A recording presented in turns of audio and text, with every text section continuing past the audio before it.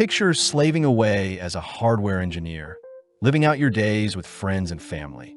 But one day you pray for a more interesting life, only to have your wish granted as you're flung into a mysterious world filled with strange magic and dark entities.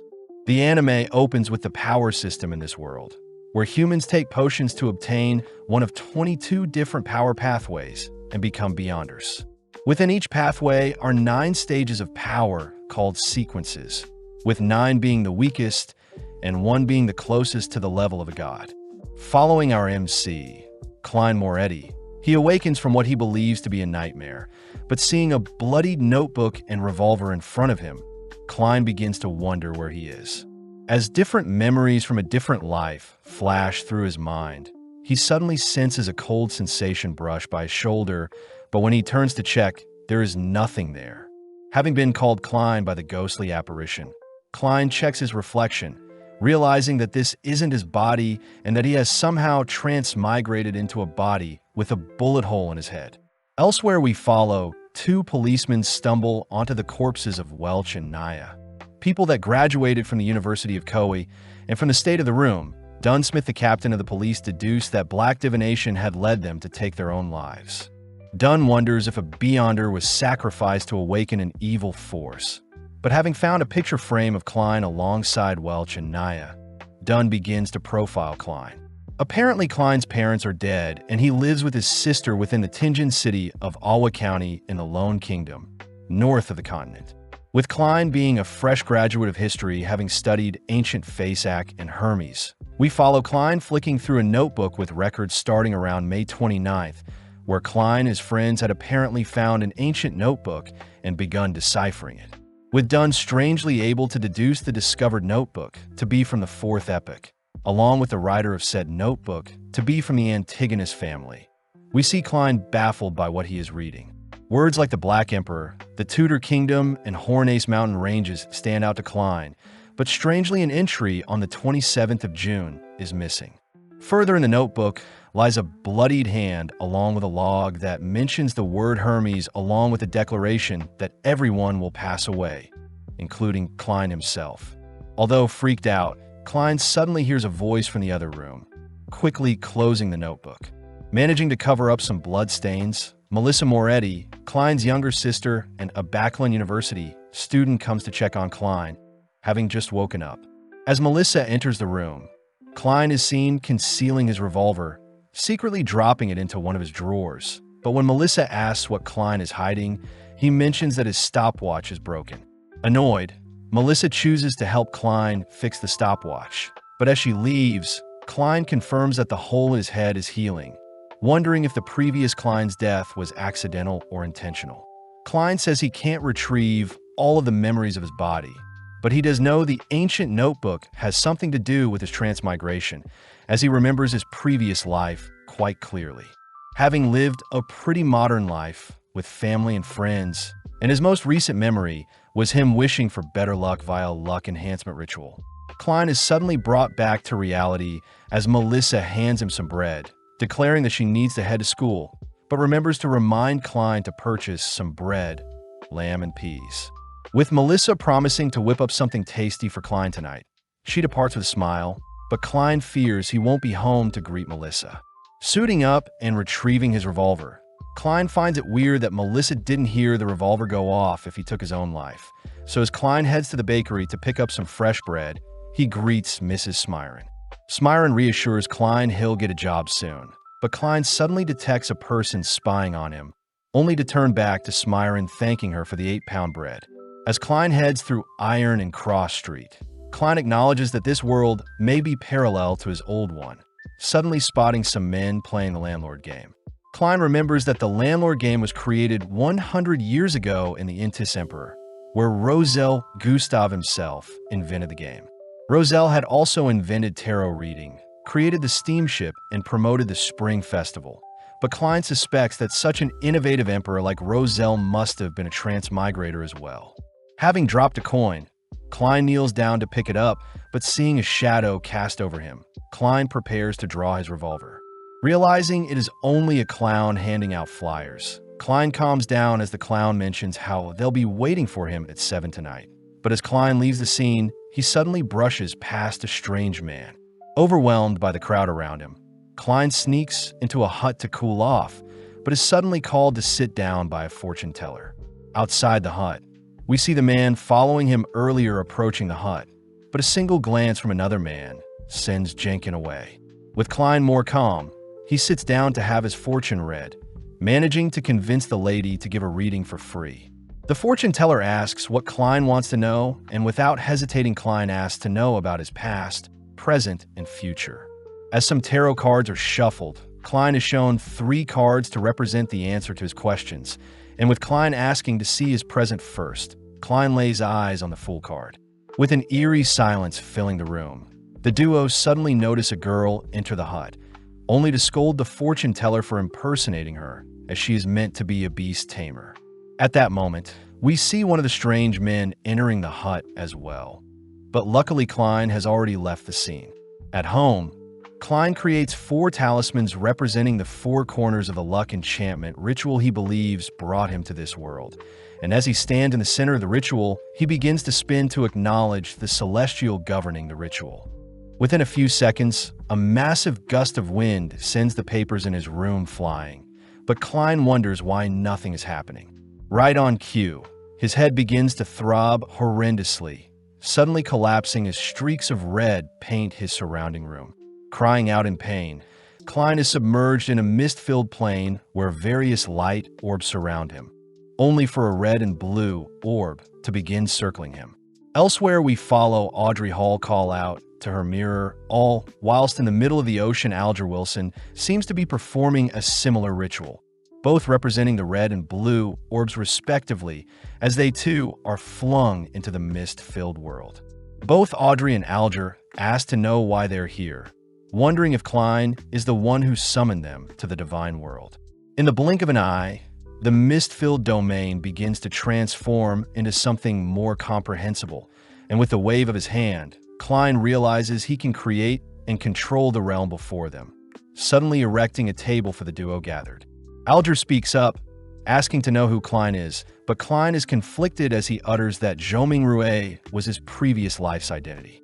Stealing his resolve, Klein takes a seat at the table, forcing both Audrey and Alger to join him. Klein introduces himself to be the Fool, deducing that Audrey will be easier to speak to than Alger, who seems on edge. But out of nowhere, Audrey cries that she always dreamt of becoming a Beyonder, asking Klein how she can become one. Klein realizes he doesn't know what Audrey is talking about, choosing to ask Alger to answer Audrey's question instead. Alger believes Audrey to be a lone noble.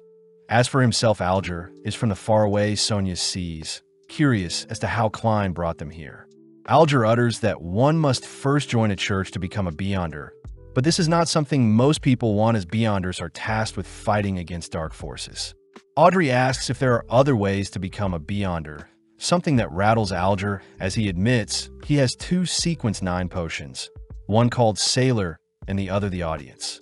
Klein has no idea what these potions are, interested to know if the Gray Fog and his transmigration are features of a Beyonder's skills. But suddenly Audrey declares she has made a pact with Alger, asking if Klein can stand witness to said pact. Alger admits he can sense great potential from Klein, offering to handle matters that Klein asks of them, something that prompts Klein to set up gatherings between the 3 of them every Monday at 3 p.m. in order to extract as much information from this world as he can. Suddenly, Klein begins to feel nauseous, along with hearing some knocking on his room. So before he departs, he assigns Audrey the codename Justice and Alger the codename of the Hangman. With Audrey fangirling over their new tarot card-themed club, Klein slowly begins to lose touch of his mist-filled world, ending the gathering as everyone is sent back to the real world. Answering the knocking, Klein hears that the police are at his doors, swiftly rushing to conceal his notebook and revolver only to peep out the keyhole. Greeting the policeman, Klein realizes Leonard Mitchell of Alwa County Police was the man stalking him earlier, but Leonard says he was simply protecting Klein. Klein is agitated, seeing, as Dunn is also here to perform a routine inspection, reporting to Klein that his friends had taken their own lives, and within a few seconds Leonard had managed to locate Klein's hidden notebook. Leonard smirks as he asks Klein to explain the logs in the notebook, and seeing as he has no way out, Klein collapses onto his bed, uttering that he can't remember anything. Dunn says there is evidence of Klein at Welsh's home, something that is news to Klein as well. But as Dunn takes out a smoking pipe, he takes a whiff from the pipe only to ask for the revolver Klein is hiding. As Klein points Leonard over to its hiding spot, Klein takes the chance to admit he had tried taking his life, but when he woke up, he was strangely alive. Dunn says he believes Klein, but Klein will still have to be interrogated by a psychic in hopes of Klein retrieving his memories. Leonard utters that Klein is quite lucky, as those who delve into such dark practices normally end up losing their lives. Escorted onto the streets, Klein fears his identity as a transmigrator will be uncovered. But out of nowhere, a petty thief turns the corner, having stolen some bread from a shopkeeper. Catching the attention of the policeman, Dunn helps capture the thief, but before the boy can return what he stole, he ends up causing a ruckus, buying time for Klein to flee the scene. Bumping into passersby and weaving through alleys, Klein manages to lose the police, but as he glances up into the sky, he spots some water being dumped onto him. Strangely, the water suddenly freezes in mid-air, something Klein recognizes to be some sort of time and space ability, freaking him out as a Beyonder is nearby. As the world around him begins to upheave and behave weirdly, Klein tries his best to flee, managing to squeeze past his obstacles and enter a carriage. Asking the driver to head to the port, Klein takes the chance to catch his breath, wondering if the situation has calmed down, but when Klein asks to be dropped off, he realizes that Dunn is the driver of the carriage. Suddenly waking up, Klein is confused at his surreal dream, but outside his door, Klein spots Dunn appear once more, making Klein wonder if Dunn can manipulate people's dreams. Before Klein can make a move, Dunn declares they're stronger during the night, prompting the space around Klein to morph once more as a strange lady appears behind Klein, asking him to remain calm as she sends Klein into a daze. Flung into a different realm, Klein notices his parents enshrouded by some gray fog, but before he can call out to them, the whispers of the strange lady alert Klein to stay focused. Klein realizes the lady probably can't see his parents due to the gray fog, but in that instance, the lady leaps onto Klein, demanding Klein explain where the ancient notebook is. Entranced, Klein says he has no clue, plus he has no idea what happened to Welsh and Naga. The lady asks what Klein was doing when his two friends were murdered, but with a single action, Klein shows he had taken his own life around the same time his friends did. Back in reality, Daily Simone says Klein is a tricky case as everything he says is true and he did shoot himself in the head but is alive somehow. Daly says Dunn should be careful with Klein, but seeing as the Antigonus notebook is still missing, Dunn says Klein is still in danger, asking if Klein wants to join them and become a Beyonder. The next day, we see Klein had been given a business card that instructs him to head to the Hound Pub and join the Nighthawks, an opportunity for Klein to learn more about this world. Upon entering the pub, Klein is thrown off seeing a crowd cheering as they watch a dog devour some rats. And to make things worse, a mini brawl starts up. With Klein clearly out of place, the bartender asks Klein to leave, but Klein mentions how he wants to hire some mercenaries. Annoyed, the bartender demands to know why Klein is here, but upon hearing that Dunn had asked him to come, the bartender guides Klein to a secret elevator. As the ride begins to move, it opens into a lavish-looking office deemed the Blackthorn Security Company headquarters, prompting Klein to greet the sleepy clerk, Roseanne Adelaide. When Klein introduces himself, Roseanne immediately shows Klein another secret passage, surprisingly watching as Leonard nonchalantly passes by. Descending a staircase, Roseanne mentions how they aren't so busy at the moment, passing by Royale Radine, someone Roseanne acknowledges is very pretty. Now moving through some corridors, our duo stop by Fry, who seems busy sketching up something. And as they make their way deeper along the passage, they walk by Kenley White, a member of the Nighthawks who joined 6 months ago. Stumbling onto a fork in their path, Roseanne instructs Klein to carry on alone, mentioning how the captain is waiting for Klein, plus Roseanne is quite scared of their captain. Following the lit path into a massive open room, Klein notices a towering pair of doors called the Chinese Gate in front of him. Off to the side, a smaller duty room opens to reveal Dunn, who greets Klein, Happy to see Klein has accepted his proposal. Given some papers to sign, Klein is assigned into the 7th unit of the police department, an alias for their organization, as they work under the Church of the Evernight Goddess. With a firm handshake welcoming Klein to the team, Dunn warns Klein that as a Nighthawk he may lose control, instructing Klein to pick up a candle and follow him. Entering into a candle-lit room, Dunn shows off the many souls that have been sacrificed to the Nighthawk, and the leading cause was them losing control. Dunn says the Fallen have carved a path for their predecessors, something Klein respects as he places his lit candle beside the others, only to be asked if he knows about the myth of creation. Klein recounts that the Creator made up all of existence, having created the sun and crimson moon using its eyes, leaving its body to make up the land and the stars. The Creator's hair turned into a phoenix, and its ears became demonic wolves. And interestingly enough, humans can make potions with mysticism ingredients to access power from the pathways. Klein recounts the Hanging Man, mentioning that the Church of Evernight Goddess has access to 4 different pathways, these being the complete sleepless pathway, the Corpse Collector, which is good for self-defense, the Mystery Prayer, and Seer, who dwells in mysticism, but suffers offensively.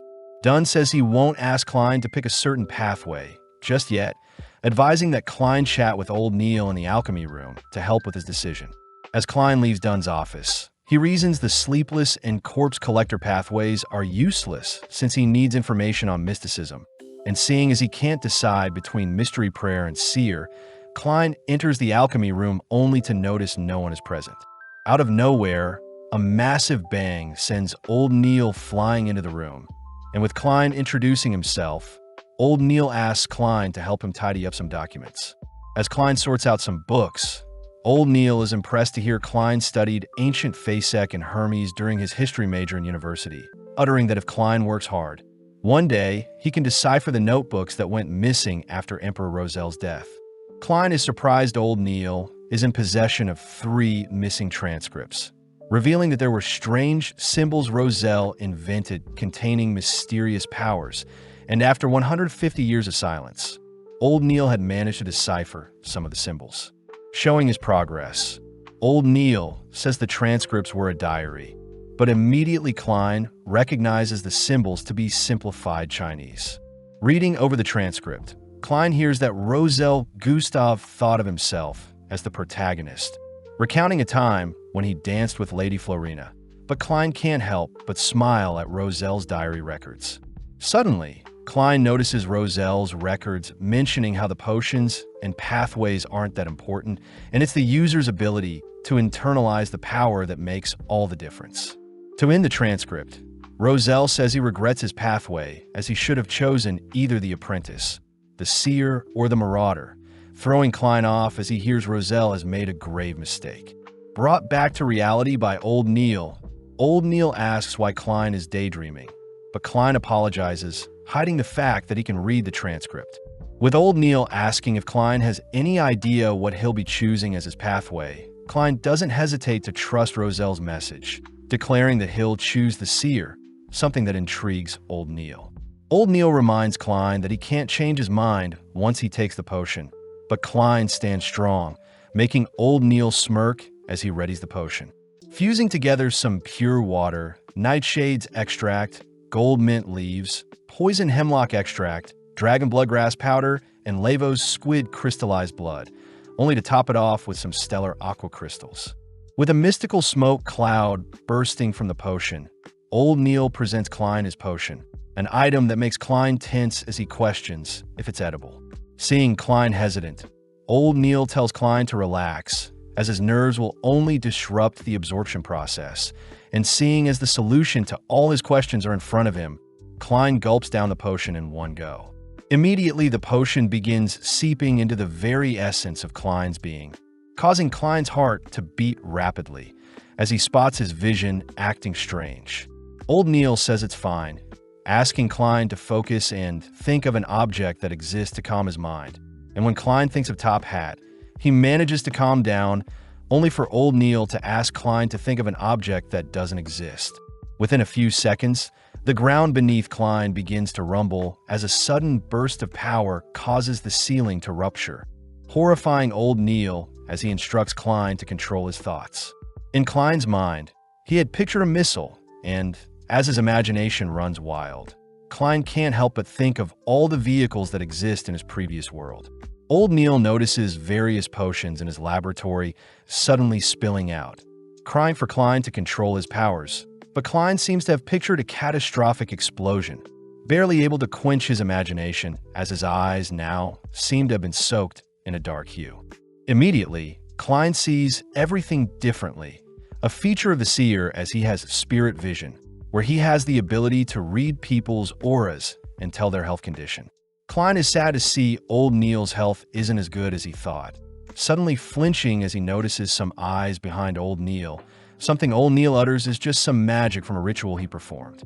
Glancing around the room, Klein notices a figure evaporate, but old Neil asks that Klein not exhaust his spirituality with his spirit vision, revealing that when Leonard had first become a Beyonder, he tripped down some stairs after taking his potion. Old Neil shows off a tip to turn off the spirit vision, asking Klein to tap his forehead twice to deactivate his ability. Plus, Klein can use his spirituality on divination arts like the dowsing rod along with performing other rituals. Before Klein leaves, old Neil hands Klein his demon hunting gear along with some receipts, something old Neil says Dunn will reimburse him for. Reporting to Dunn, Klein is flattered hearing Dunn compliment his quick adaptation to his seer abilities, but Dunn warns Klein not to pry into things he doesn't understand as it may cost his life. With Klein heeding Dunn's warning, he hears he'll work as a clerk before he becomes an official member of the Nighthawks, and with a payment of £3 a week. Klein ecstatically accepts his £12 payment early, especially since his big brother Benson earns £5 to £6 a week. As a daily task, Klein is asked to purchase a cane and walk around Welch's home in hopes of him remembering anything about the missing notebook, but suddenly a carriage pulls up beside him only for Leonard to ask Klein to get in. As rain descends onto the town, we see Klein given an assignment and briefed on Elliot, the son of a tobacco merchant, Viceroy. Klein is surprised Beyonders take on kidnapping cases, but Leonard says Viceroy was their previous client as they had found Viceroy's lost cat in the past. Seeing as Klein's seer role is perfect for locating things, Leonard hands Klein some of Elliot's belongings, only for Klein to make use of his cane, using it as a dowsing rod as he activates his spirit vision. In the blink of an eye, the space around Klein becomes masked in different hues, and having filtered out all the unnecessary information, Klein manages to locate Elliot's position, asking the carriage driver to continue straight. Within a few minutes, Klein and his dowsing rod have led them to Forston Street, and upon heading into a nearby building and up some stairs, Klein points Leonard to a room where Elliot is being held captive. Klein declares that there are 2 kidnappers inside the room with Elliot, and seeing as it's Leonard's time to take over, he begins by dismantling the door standing in their way. Spotting the intruders, the kidnappers toss their table at Leonard, buying enough time to whip out a gun and fire a round at Leonard, but sadly it misses. As Leonard closes the distance, he manages to destroy the attacker's gun, only to pummel one of the men. As the other charges him, Leonard manages to parry and block each of the man's attacks with a single hand, noticing the man has bloodshot eyes, but regardless, Leonard sends the man flying as well. Having wrapped up things, Klein reassures Elliot that everything is fine now, but out of nowhere a faint feather descends onto the men's bodies, suddenly popping as the unconscious men begin to rise up. With Klein taking Elliot to safety, Leonard stays behind and watches as the men's bodies begin to morph and fuse into a demonic creature. Seeing the creature dive towards him, Leonard ducks and weaves, occasionally landing several monstrous blows that knock the creature back, and with the creature clearly too weak to fight back, Leonard puts it down with a single wave of his palm. Strangely, the remnants of the creature escapes from Leonard and slips by Klein, prompting Klein to raise his revolver in its direction, only to use his cane to help him locate the creature's presence. Out of nowhere, the creature appears from the walls beside Klein, and having been overrun with fear, Klein blindly takes aim and fires. Luckily, Klein's shot sends the creature flying into the skies to further escape. But Leonard has the situation under control, having dragged the creature into his crimson domain. slowly watching as the creature is bound and torn apart. Leonard reassures Klein that his abilities have put the creature to rest, but suddenly Klein begins to remember memories of Klein's body being in this building before, hiding such a revelation for now.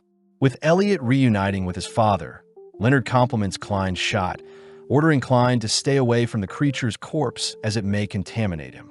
Leonard wonders where the men got their potions from, annoyed seeing as they faced another uncontrollable beyonder, pointing out how lucky Klein is to have run into one on his first mission. As Leonard celebrates a job well done with a high five, he manages to weird Klein out with some compliments. But as Klein leaves the scene, Leonard strangely hears from a shadow that Klein is nothing special. At home, Klein can't wait to tell Melissa he got a good-paying job, but upon entering his home, Klein is freaked out to see he is back in the building on Forston Street. Being drawn to a door in particular, Klein heads through the door only to be greeted by a disheveled-looking room with a lone notebook being put on display. Glancing at the notebook, Klein is frightened to see the book declare everyone will perish, only for its pages to suddenly dissolve as Klein is slowly consumed by the Fool card.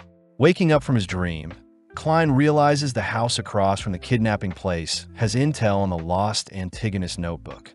Moving forward in time, we see Benson heading to visit Klein and Melissa's new home, proud that the three of them will be living in such a lavish home.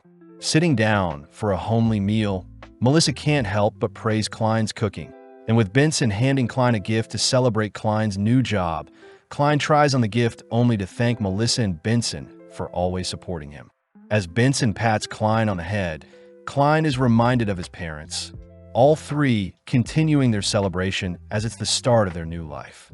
In the Blackhorn security campus, we see Dunn and Leonard interrogating a man that was found to have been tailing Klein, and with Dunn's pathway, he is able to see the man exchanging the Antigonus family notebook for some cash. Leonard declares that the secret order is involved somehow, and seeing as they must retrieve the notebook before the secret order does, our duo suddenly hear that Klein has got a lead on the notebook's location.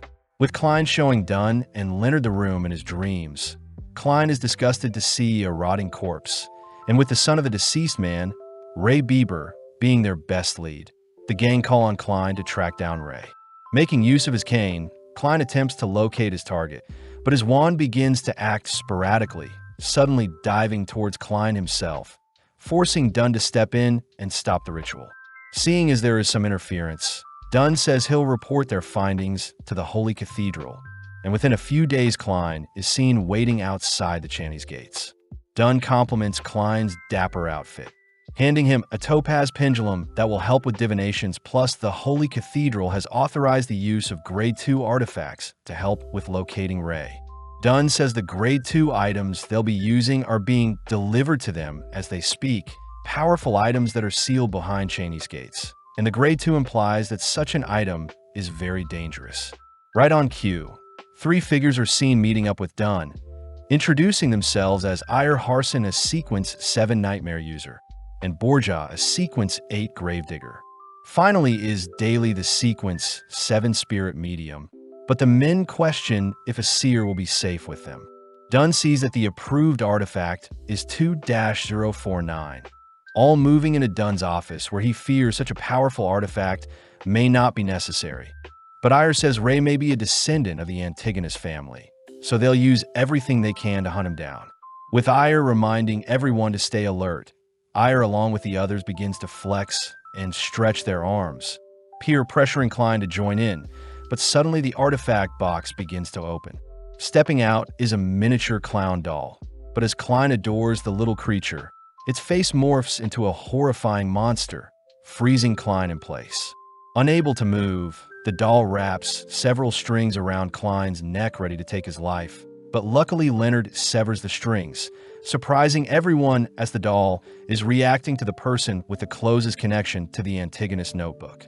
Klein notices his vision slowing down temporarily, only to hear that the doll is capable of entrancing and controlling any one human target at a time. But a strong slap will set the mind-controlled human free, hence why they're performing the strange arm stretch to identify if anyone is under the doll's control. As the doll continues to chase after Klein, Leonard reveals Ray's code, an item that pisses off the clown as it lunges towards the coat, only for Ire to reseal the doll, confirming that Ray is a descendant of the Antigonus family. Heading out, we see our group continue their stretching maneuvers as they head towards their carriages, boarding the carriage as they head towards a certain location. Elsewhere in a factory, we see a disturbing scene where Ray has been placed in the center of a ritual and has been forced to absorb a notebook, taking on a demonic form. In the shadows, a clown-looking man is annoyed he was too late, but upon detecting some carriages approaching, he gets excited, seeing as there may be hope. With Klein and the gang arriving at the factory location, Klein is tasked with using the pendulum to locate Ray, but as soon as Klein starts his ritual, some bloodied mist creeps out from one of the factories, scaring off the gang's horse carriages. As the surrounding landscape begins to vibrate, the gang draw their weapons, all watching as a demonic-looking Ray appears, locking onto the doll artifact. In the blink of an eye, Ray charges towards the doll box, but Dunn and the others get to work, asking that Klein stay back, dragging Ray into their domain. Leonard is seen binding Ray with his vines, only for Daly to begin submerging Ray in her water domain. But strangely, Ray erupts with power, completely shattering the Beyonder's domains as its aura overwrites the environment. Dunn realizes that Ray isn't a Beyonder gone berserk, as he fears they're facing a dead soul, all helplessly watching as Ray continues to barrow towards the doll box. But luckily, Dunn leaps onto him, temporarily putting him to sleep. Daly gets to work locating Ray's weakness, especially since Dunn suspects that Ray is under the notebook's control. But when Ray wakes up, Daly cries that she needs a few seconds to complete her search. Seeing as they'll need to bind Ray down, Dunn begins to chant, all whilst Leonard rushes in close, dancing circles around Ray only to erect a net that binds Ray in place. Before Dunn can finish his chant, Ray's core begins to act strangely, suddenly erupting with power as a bright flash of light distracts Dunn long enough for Ray to skewer Dunn with one of his tentacles, along with blowing Leonard back. Locking back onto the doll box, Ire is forced to hold off Ray's tentacles, but some of the stray tentacles knock the doll box back. As Borja continues to look after the box, Ire ignites his blade only to rush towards Ray's core, but sadly Ire's blade shatters upon impact with Ray's thick exterior. With a terrifying roar, Ire is sent flying as well, forcing Borja to rush to Ire's side. Still conscious, Dunn finishes his enchantment, working in tandem with Klein, who makes use of some night slumber charms to put Ray to sleep, allowing Daly to rush in and attack Ray's weak points. As Daly shreds Ray's body, Ray suddenly implodes, letting out a massive explosion that catches Daly in the impact zone. In the aftermath, Dunn rushes to feed Daly some medicine, but Klein seems strangely drawn to the Antigonus notebook, suddenly reminded of the words Hornicus and Phlegria. At that moment, the clown man from earlier makes his move, rushing towards Klein, but Dunn fires at the clown, realizing it was an illusion. With everyone now on high alert, they surround and protect the notebook, but Klein recognizes the clown to be the same man handing out flyers prior. With every successful shot, the gang end up slaying various illusions, noting how the clown man must be a Beyonder with a sequence of 7 or greater. Ire orders Borja to protect the doll box once more, but as Ire begins dueling the clown with his blade, the clown easily evades each strike. When Leonard joins the battle, the clown easily outclasses Leonard, scaring Leonard away with a well-timed explosion from his face, leaping into the air only to bombard Dunn with bullets of his own. Klein wonders if the clown can see the attacks in advance, testing out his theory as he fires off a stray bullet into the open, only to randomly land a hit on the clown's stomach. Pissed, the clown transfers the bullet wound into his arm, only to unveil a whip that keeps Leonard, Dunn, and Ire busy.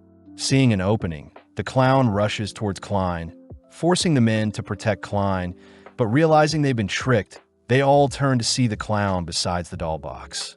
Pushing aside Borja, the clown lets the doll free, terrifying the boys as they feel a cold sensation run down their spines, all frozen in place as the doll has somehow latched onto all of them. Racking his brain for a solution to break free, Klein suddenly remembers his gray fog, swiftly chanting his luck enhancement ritual, only to successfully enter into his fog-filled domain.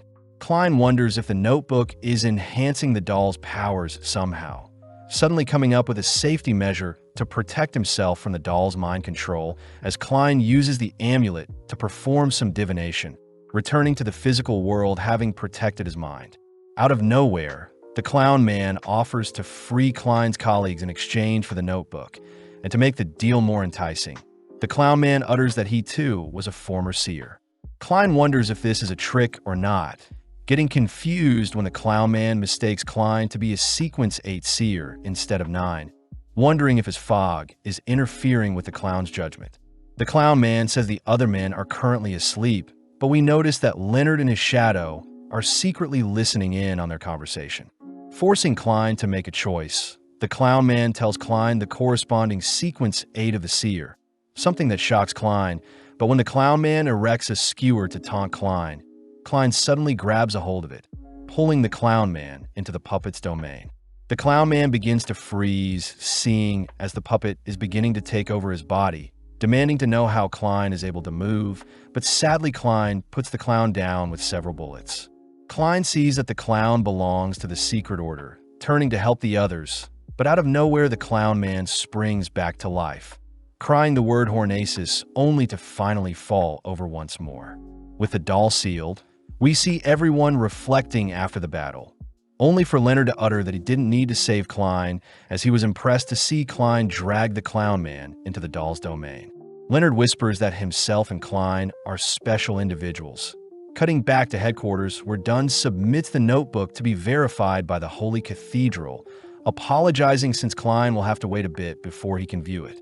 Dunn seems to be coughing quite a lot, praising Klein for a job well done today, but Klein wonders why Ray was in such a rush to absorb the notebook.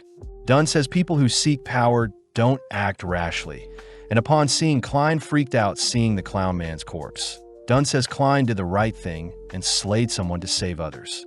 Suddenly remembering something, Klein reveals that the correspondence for a sequence 8 seer is a clown, cutting outside, where Dunn says they'll take care of Daly until she recovers. Before Ayer and Borja leave, they praise Klein for taking down a sequence 7 Beyonder when he was only a sequence 9, something that creates suspicion as Ayer wonders how Klein did it. Leonard helps cover for Klein, suggesting that since Klein was holding the notebook, he was able to negate the doll's mind control and in turn win. As Ayer and Borja depart, Klein suddenly feels his potion digesting, wondering if he can take the clown potion next, plus he still needs to figure out what this Hornaces is. Choosing to visit Koei University, Klein meets up with one of his old professors, Professor Azik, only to ask about his knowledge on the Antigonus notebook along with the nation of the Evernight in the Hornaces mountain range. Azik says his memory is quite foggy, promising to write to Klein if anything comes up, but before Klein leaves, Azik warns Klein to be wary of what he does moving forward. Now, all alone, Azik begins to act strange, suddenly unveiling a skeleton that had been hiding in his shadow. On a cold, rainy night, we see a man writhing in pain, all while speaking to a figure they refer to as the Honorable Oracle. The Oracle accuses the man of betraying the Aurora Order since the man had lost the Antigonus notebook, but the man cries that he didn't intend for Welch and Naya, his sacrificial lambs, to have passed so easily, and to make things worse, Klein is still alive. Before the Oracle can slay the man and force him to devour his own fingers, the Oracle gives the man one last chance to right his wrongs, cutting to the next day, where Klein is seen visiting Old Neil. Old Neil says he'll be teaching Klein some advanced mysticism in the form of ritualistic magic, and most low-sequence rituals require certain items and chants to start the ritual, suddenly asking Klein to watch him closely. Starting off by casting the wall of spirituality, Old Neil says the wall is used to create a closed-off environment that prevents outside interference. Plus, Old Neil reminds Klein to never delve into the unknown, as doing so may risk his life. Klein realizes his luck enhancement ritual may be the unknown Old Neil is referring to, but as Old Neil ignites some candles, he suddenly prays for his 30-pound debt to be erased. As our duo head outside, Old Neil shows off the effect of the ritual by pointing at a lost wallet from a rich person containing money to pay off his debt. Out of nowhere, a wealthy-looking man drives by them only to ask for his wallet back. And seeing as he has no reason to refuse, Old Neil returns the wallet only to receive 30 pounds as payment. Klein is skeptical at the ritual Old Neil just showed him, but Old Neil reminds Klein that he can perform any ritual he wants as long as they cause no harm. The wise words of the Mystery Prayers motto. Klein wonders how such a motto can relate to Rosalie's diary, seeing as Beyonders should focus on digestion and action, and seeing as his potion digested pretty fast, Klein suspects that it is because he's been using his seer abilities often. But out of nowhere, Klein is handed a flyer. Angelica, the Divination Club's receptionist, invites Klein into their store, only for Glassy, the fortune teller, to give Klein a reading, declaring that Klein will return to his world, but it may take a while. Klein reasons that joining the club will improve his seer abilities. And as he pays for his reading, Klein uses his spirit vision to suggest that Glassy see a doctor for his weakened lungs and dark spots between his eyes. Glassy is surprised Klein was able to diagnose him so easily. And when Klein reveals that he is a seer, Klein is welcomed into the Tingen City Divination Club for a £5 fee.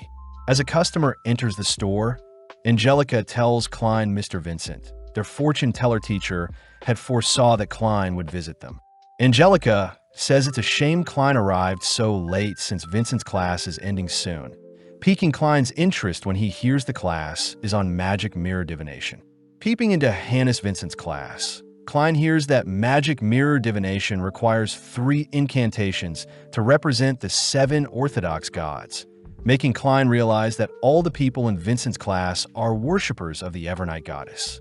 As Klein checks out everyone's health, he sees Vincent handing a box to one of his students, noting how Vincent is quite healthy overall. With the final student leaving the room, Klein mysteriously senses something ominous from the gift they received, but as he brushes it off, he takes the chance to introduce himself to Vincent. Vincent chooses to give Klein a reading, managing to sniff out most of the troubles Klein has been facing. And as he ends his reading, Vincent utters the words gathering and family may be of use to Klein in the future. Klein wonders if gathering is referring to the gray fog, but nonetheless he thanks Vincent for the reading, still grateful he didn't have to pay for solely for the session. As Klein leaves, we see that Vincent has some fingers missing on one of his hands, cutting to a few days later, where Klein is seen jotting down his duties as a seer. Klein suspects that he needs to further improve his proficiency as a seer along with make use of the gray fog to return home somehow, and this can only be achieved by investigating the potions needed to ascend further along his pathway. Klein fears that such advancements will take too long, wondering if he can modify his luck enhancement ritual to borrow power from his gray fog, but Klein is stuck on where to start. Choosing to refer to himself as the Fool and adding the words ruler above the gray fog and king of yellow and black, Klein suddenly stops and burns his progress, hearing something outside his door. Slowly, Klein approaches his door, but upon opening it, he spots Melissa playing with a wind-up toy. Surprisingly, Melissa had made it herself, pouting as she had meant to create a human doll, not a turtle. And when Klein says he needs to go to work, Melissa cries that she hasn't gotten to spend much time with him. Melissa utters that her friend Selena has invited them to a birthday banquet this Sunday. And seeing as this reminds Klein of the words family gathering Vincent had alluded to, Klein gladly accepts the invitation. Getting back to work, Klein enters into his domain only to await Alger and Audrey's arrival.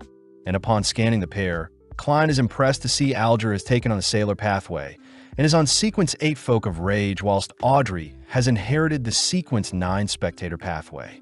Interestingly enough, the fog seems to be enhancing his abilities, and it seems Klein can see the symbols representing each of their pathways, but strangely, they don't seem to be complete.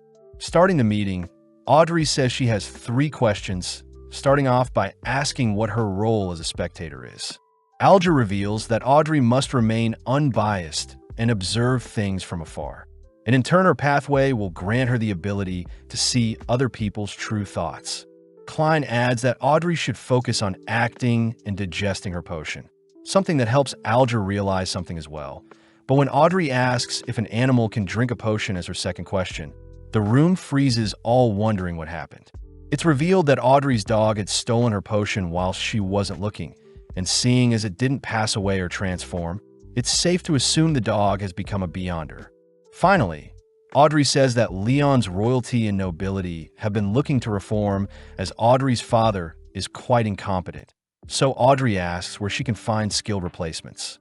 Klein calmly suggests that Audrey hold an open examination to recruit both nobles and commoners based on their skill, and Audrey should call it the higher exam. Advice Audrey graciously takes to heart. Seeing as Klein needs help as well, he asks that the duo retrieve Emperor Rosalie's diary, a revelation Alger wasn't aware of.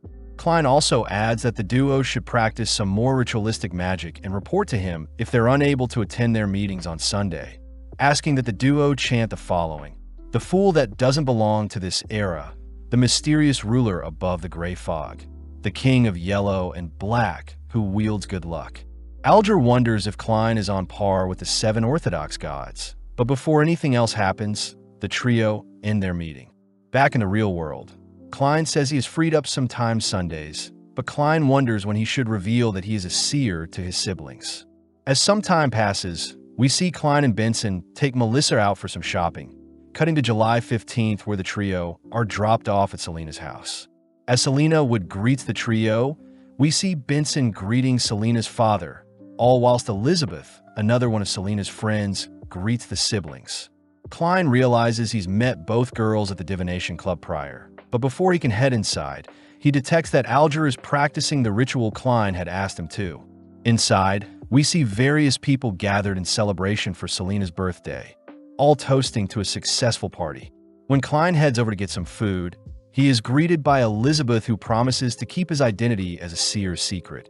And as Elizabeth leaves, Melissa reminds Klein that he can't marry Elizabeth, seeing as she is only 16. As night falls, we see Selena showing off the magic mirror gift Vincent had gifted her. And as Selena recites the ritual she had learnt from Vincent's teachings, Klein suddenly senses something happening upstairs. As strange magic connects Selena's mirror with a different mirror, we see Vincent revealed to belong to the secret's suppliant pathway, creepily crying out for Klein to accept his fate. As Selena asks the mirror when Elizabeth and Melissa will find the man of their dreams, we see Klein hurriedly rushing towards their room, having detected a disturbing aura manifesting. Peeping on the girls' ritual, Klein uses his spirit vision to inspect the room, and upon seeing Selena's magic mirror turn black, Klein is suddenly struck with a horrifying realization. With Selena beginning to act strange, Klein wonders how he can save the girls and notify the captain, suddenly remembering that he can use the ritual old Neil taught him to borrow power from the Evernight goddess. As Klein searches the manor for tools to help with the ritual, we cut back to the girls worried upon seeing Selena unresponsive, and when they check the magic mirror, they're horrified to see a disturbing figure glancing back at them. Suddenly, the girls are blown back by some magic, leading the magic mirror to suddenly infuse and merge with Selena's body, giving rise to the figure hiding within the mirror. Before the creature can attack, Klein appears, casting a slumber spell to bind the creature, only to rush to a nearby table to set up the ritual old Neil had shown him. Klein starts off by chanting the ritual to create the wall of spirituality around their location, something that begins to disturb Vincent's influence with Selena, so Vincent chooses to retaliate by sending some of his blood through his mirror. Before Klein writes down what he wants in his ritual, he notices Selena begins to swell with dark energy, only to let out a howl that fires projectiles at Klein, but luckily his veil halts the attack. Klein tries firing his revolver at the magic mirror infused into Selena's body, but Selena responds by slamming and binding Klein with her hair, only to begin draining him of his spirituality. Selena declares that Klein was meant to be sacrificed just like his friends, and when it's revealed to be Vincent speaking for Selena, Vincent demands to know what Klein figured out when obtaining the Antigonus notebook. With Vincent using Melissa and Elizabeth as hostages, Klein has no choice but to give into his fate, seeing as his body has become too weak to fight back, but out of nowhere Audrey's voice can be heard.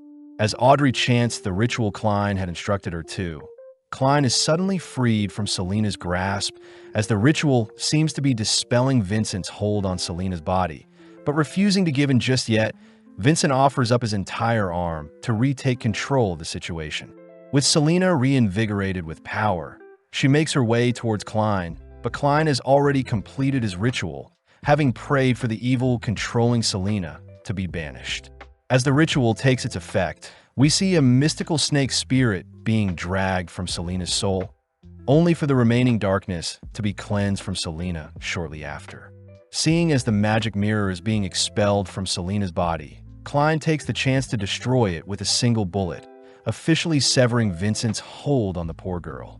Klein rushes to check on Melissa, glad to see she is fine, grateful that Audrey's ritual had saved him in his time of need.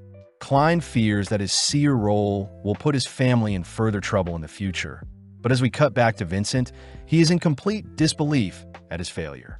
When Vincent tries to flee his room, he is greeted by Aurora Order Oracle 22, a being that snuffs out Vincent due to his failure.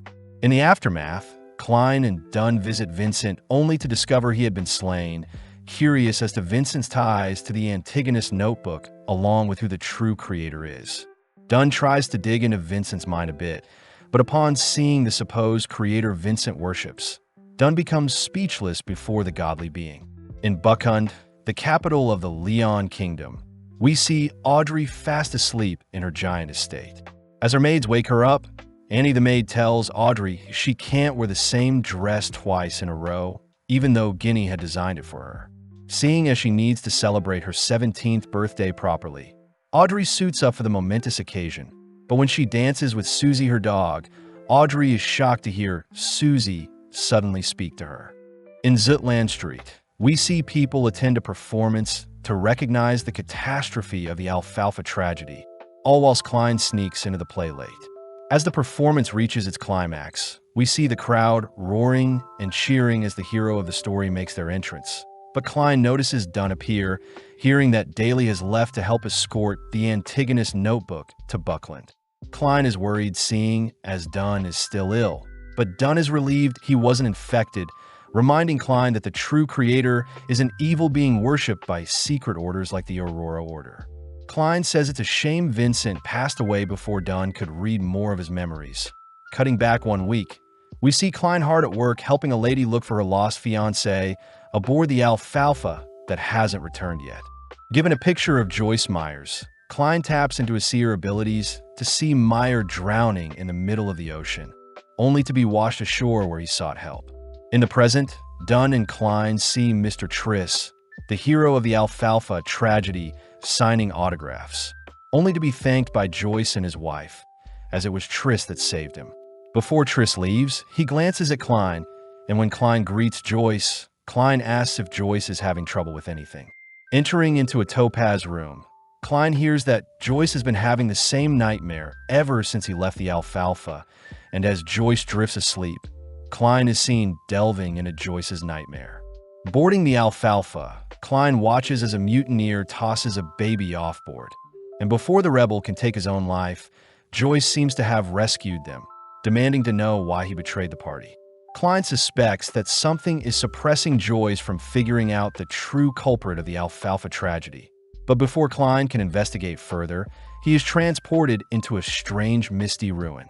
Hearing the words Hornacis and Phlegria once more, Klein helplessly watches as strange tentacles attack him, forcing Klein to return to the real world.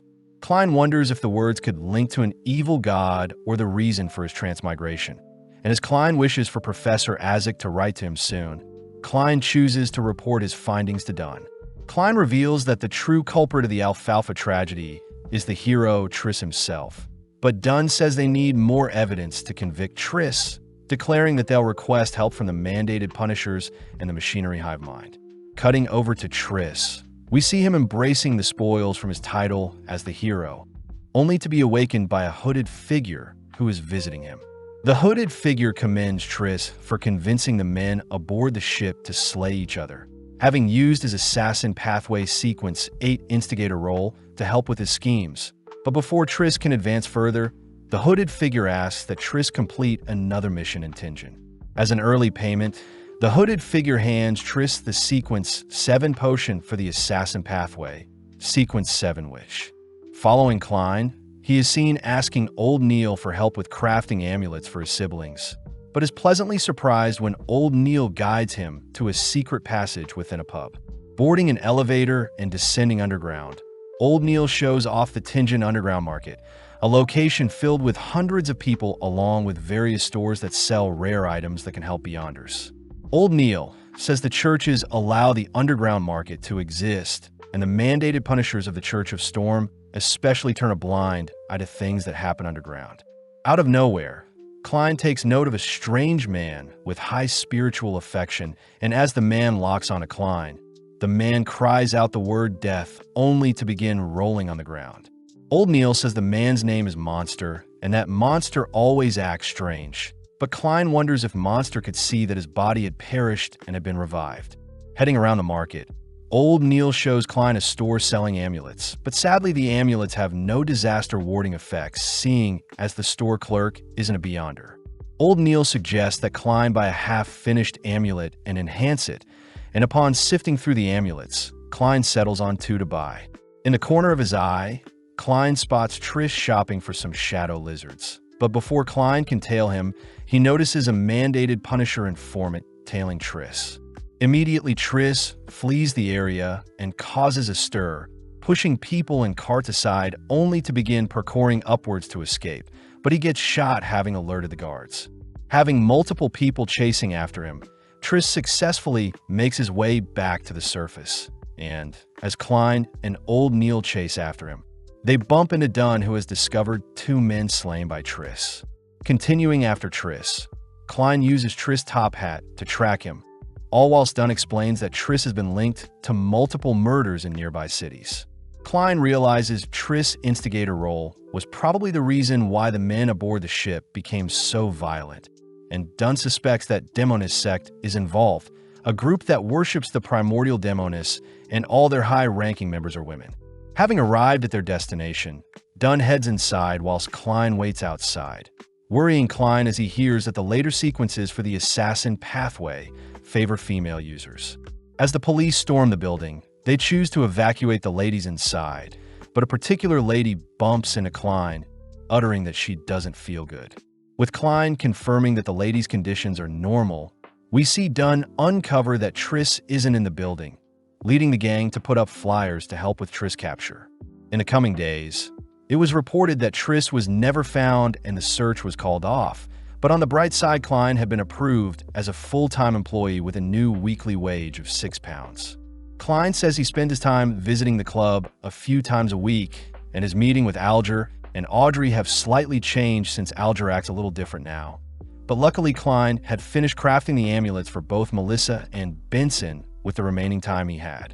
With time passing, Klein diligently works through his mysticism classes and trains his physical body, cutting to one fateful day where Leonard has come to ask for his help. Leonard explains that the death rate over the past 2 weeks have spiked 5-fold. Most of these cases involve poisoning, self-immolation out of revenge, and self-assassination due to living conditions. Klein is saddened to hear that the workers that passed were all too weak to survive, reminding Klein of his mother, as it was ultimately Benson who had taken up the mantle and saved his family from meeting a similar fate. Getting to work, Klein uses his amulet to live through the workers' lives, only to report that a pale and soft woman touched them all before they each passed. With Har, the squad captain for the Punishers, present with a Sequence 8 sailor pathway, Dunn, Harv, and the other gathered men all suspect that Triss and the Demon Sect are involved somehow. Focusing in on all the cases, Klein suddenly realizes there is a connection, and as Leonard forces Klein to share his theory, Klein says that the people that had passed would have died anyway, so the Demon Sect must have cut their lifespan short with life usurpation.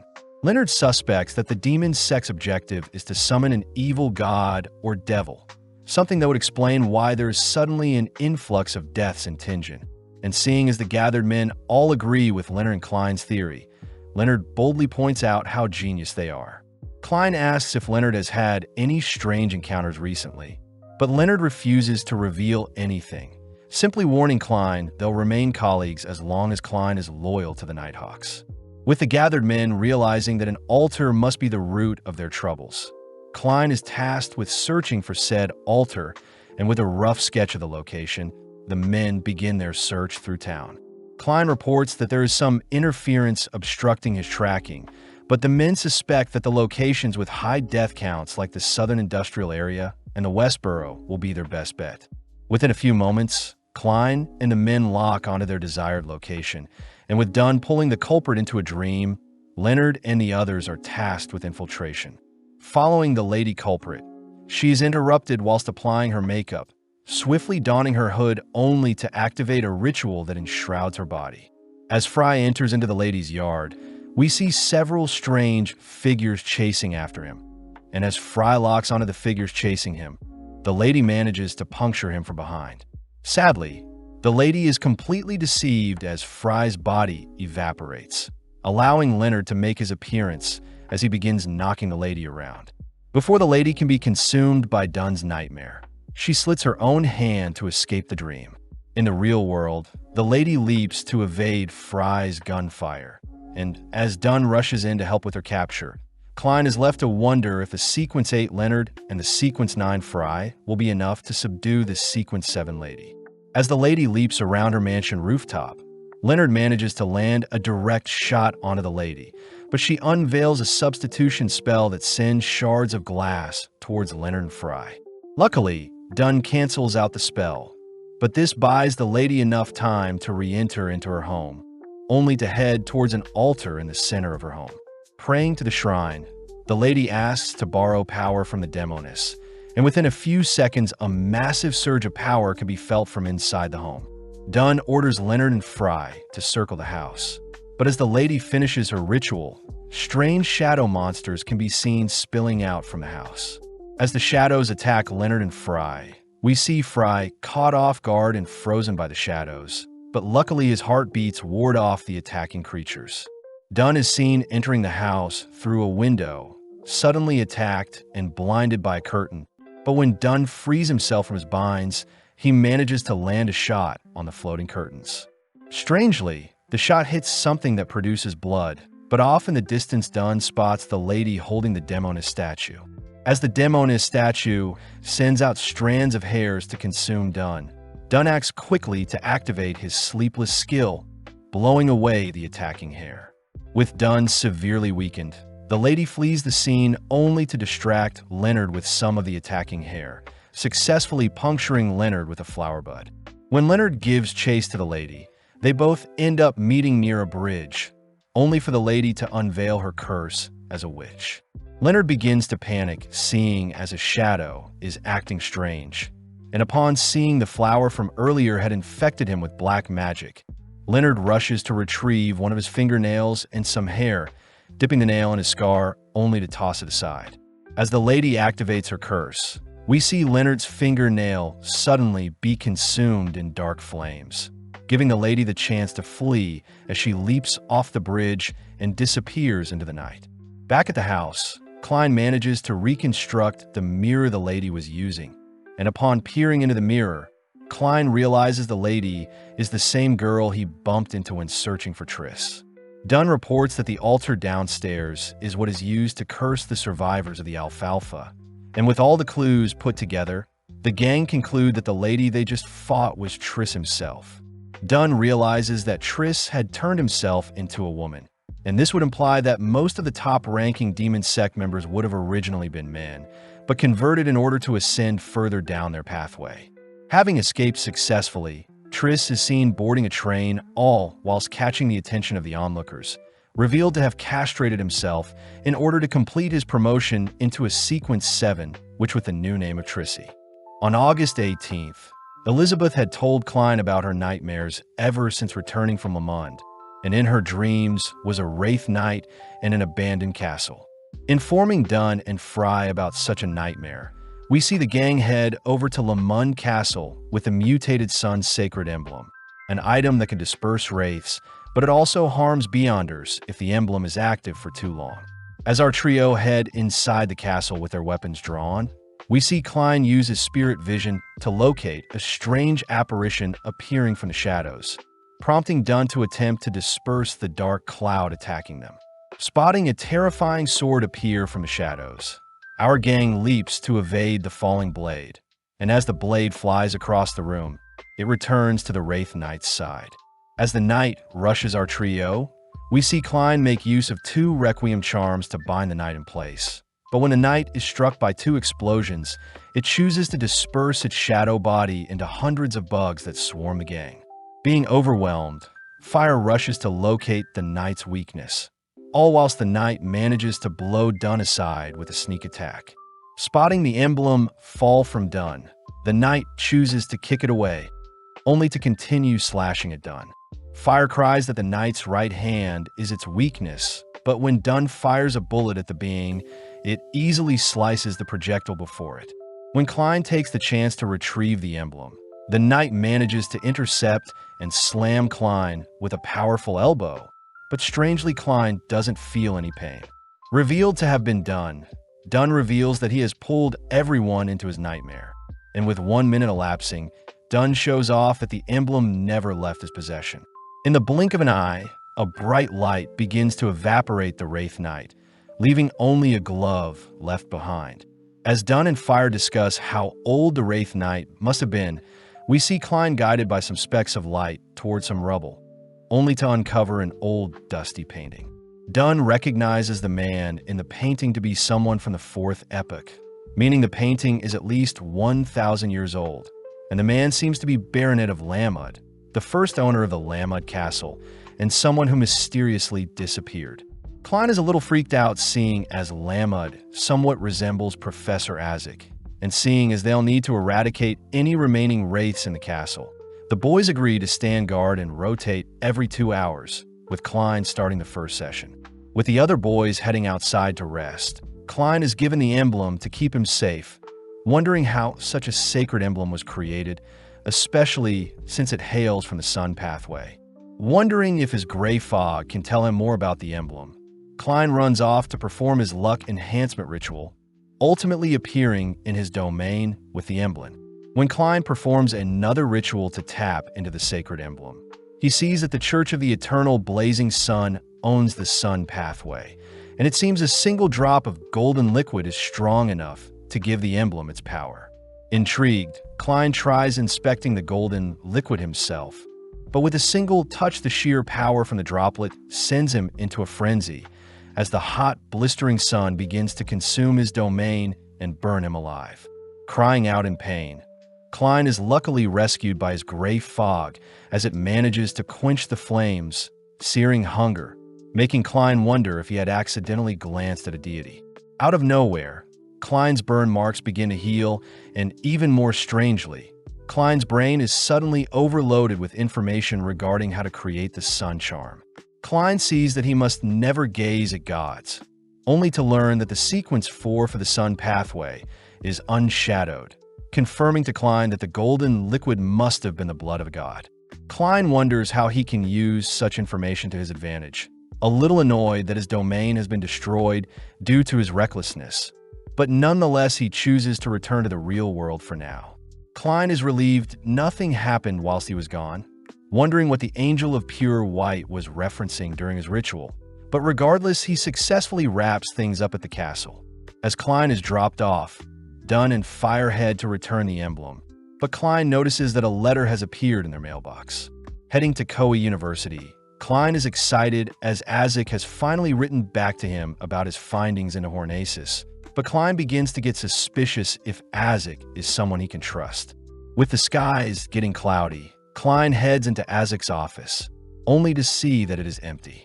In the corner of his eyes, Klein spots some blood hidden behind a piece of cloth, and upon further inspection Klein is speechless to see a painting of Lamund Castle made out of blood. Out of nowhere, Isaac appears to greet Klein, taking note of Klein's frightened expression only to reveal that he has been receiving weird dreams lately, and recently Isaac has been painting to make sense of his dreams. Isaac changes topics and hands Klein a book regarding the Hornaces main peak ruins, only to order Klein to sit down and read it, something that makes Klein stiffen up. When Klein flicks through the book, he recognizes the ruins he visited whilst performing one of his rituals, wondering why the image doesn't have the throne he saw in his vision.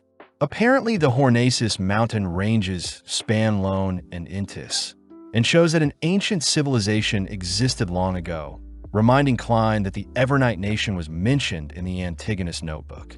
The book says that the beings in the past were humans that didn't believe in death and would pray to the Evernight, only to keep their deceased ones' bodies with them for 3 days, weirding Klein out as the book doesn't explain how the corpses were buried. Azik lightens the mood by serving some beverages, only to agree with Klein, as it seems the corpses from the ancient civilization seem to vanish, all thanks to the ruler of the Evernight, the mother of the sky. Klein wonders how these beings relate to the Evernight goddess, swiftly taking a sip of the coffee Azik had served him, only to dump in loads of sugar to sweeten the drink. Azik points out how Klein normally likes his coffee bitter, uttering that he had used mysticism to peer into Klein's fate, but sadly, he wasn't able to see much. Azik sternly asks if Klein has seen the Lamund castle before, freaking Klein out as Azik suddenly appears before him, only for silence to fill the room. Luckily, Azik doesn't seem to be hostile, as he says he wants to find out more about his past, cutting to a few moments later where Azik and Klein are heading back to Lamund Castle. Klein says he was able to sneak away and perform a divination in his domain before coming to the castle, having full faith that Azik is a good man, especially since he foresaw Azik saving him in the future. Azik still remembers the scenery around the abandoned castle, easily able to point out where the stables were, and upon walking up to a pillar, Azik says his son used to carry around a heavy sword. Klein begins to put the pieces together, as it seems the Wraith Knight was actually Azik's fallen son, and as Azik ascends the stairs before them, he magically draws the blade left behind by his son. With a single swing, the surrounding scenery begins to piece itself back together, only for our duo to be sent back in time, allowing Klein to catch a glimpse of Azik's son playing with his longsword. Sadly, Azik's dream crumbles before them, prompting Klein to ask if Azik is okay. When a strange odor can be smelt, Klein deduces that an evil spirit is being suppressed somewhere, suddenly led underground by Azik. With his spirit vision, Klein scans the area only to stumble onto a ritual that is used to seal wraiths. And as Azik leans over the ritual site, he pushes away the lid only to reveal the corpse of a fallen knight. Before Klein can say anything, Azik begins to break down, suddenly swelling with power as a powerful gust of wind blows Klein into a wall. Instantly, hundreds of spirits begin to flock to their area, all whizzing past Klein and towards Azik, only to project what remains of them before Klein. Flung into the past, Klein is placed into the aftermath of a war-torn time, and with some men burning the bodies of the deceased, they're frightened away to see Azik himself rise up from the body of corpses. A strange older lady cries out that a curse is keeping Azik alive, and seeing as he has been given a second chance, Azik rushes to slay the men before him. When Azik is cornered and overpowered, a strange being stands up for him, revealed to be a massive skeleton that towers over his foes. With his new powers, Azik was able to slay all of those who stood before him, ultimately donning a new identity as he rose up the rankings and amassed an army that fought by his side, and with multiple years passing, Azik was ultimately granted the title of Grand Baron Lamud. Azik was on top of the world as he had lived for his wife and child, and although Azik treasured the times he would have with his family, things began to change as time went by. One day, whilst his wife was sick, Azik had unknowingly called for his army of spirits to show themselves, something that ultimately frightened his child. Unable to control his powers, Azik accidentally harmed his child, something he felt guilty for doing, so he chose to leave his family along with his legacy behind. Although his son tried to look for Azik, Azik left without a trace, completely vanishing.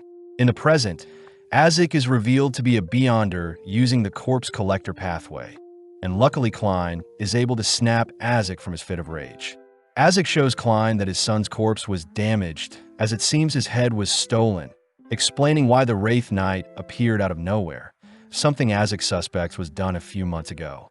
Pissed, Azik draws his own blood using his longsword, only to strangely strike Klein with his blood, magically dragging Klein into a strange realm. Seeing Azek standing before a door, Klein watches as hundreds of skulls collapse before Azek, only for Azek to point out a skull in particular, annoyed that he is unable to locate the whereabouts of his son's head. With a strange feather entering the room, Klein is amazed at Azek's powers, leading Azek to promise to get revenge for his son as he officially buries Tenno Egger's body, putting him to rest. Klein asks if Azek has remembered who he is, but Azek admits that his memories are fragmented, especially since he falls asleep every few decades, and it seems his memories get wiped every time. Azek says he is able to piece together his past lives with different families, and although he had treasured them, Azek had ended up leaving them all. Klein feels sympathy to Azek as he has lived many lives, but can't remember anything about them. And as our duo part ways, Klein says he too feels like a lone ship sailing the seas with no idea of what his future holds. Klein is grateful to have Melissa and Benson as his family in this world, agreeing to spend as much time with his current family, since he plans on leaving and returning home someday. Before Klein left, Azek had told Klein that the Antigonus notebook may have clues to what he is looking for, but as we flash forward a few days, we see Klein and old Neil visiting headquarters. Instantly, our duo are greeted by Kenley White, who seems to be celebrating his recent engagement. But Sikatron, a Sequence 8 midnight poet of the Sleepless Pathway, suddenly takes inspiration from the party. Sika says she is writing a tragic romance novel, something that excites the crowd, as Leonard himself tries reciting some poems he came up with. But Roseanne wonders why they still have to come into work since they're celebrating Kenley's engagement. Suddenly appearing, Dunn assigns Kenley and Sika to the Westboro and Gold Indus areas. Leonard and Royale will stay at Blackthorn, whilst Dunn and Fire patrol the Westboro and Raphael Cemetery. Klein says he hasn't been assigned a role, something Leonard says is normal as Dunn often forgets things, but Dunn says Klein should watch over the Cheney's gates, ordering him to never open it no matter what. Dunn also reminds Klein to submit a 10,000-word performance review to the Holy Cathedral since it's been 2 months since Klein joined the Nighthawks. Getting to work, Klein retrieves all the cases he was a part of, but out of nowhere Klein hears some noise from the Cheney's gates, suddenly drawing his revolver as the gates begin to open. As a being barges the gate open, Klein prepares to fire only to scream, drawing the attention of Leonard and Royale who are on patrol. When the duo arrive, Klein reports that a strange doll had appeared and gave something to him, but Royale recognizes the doll to have been the Misfortune Cloth puppet.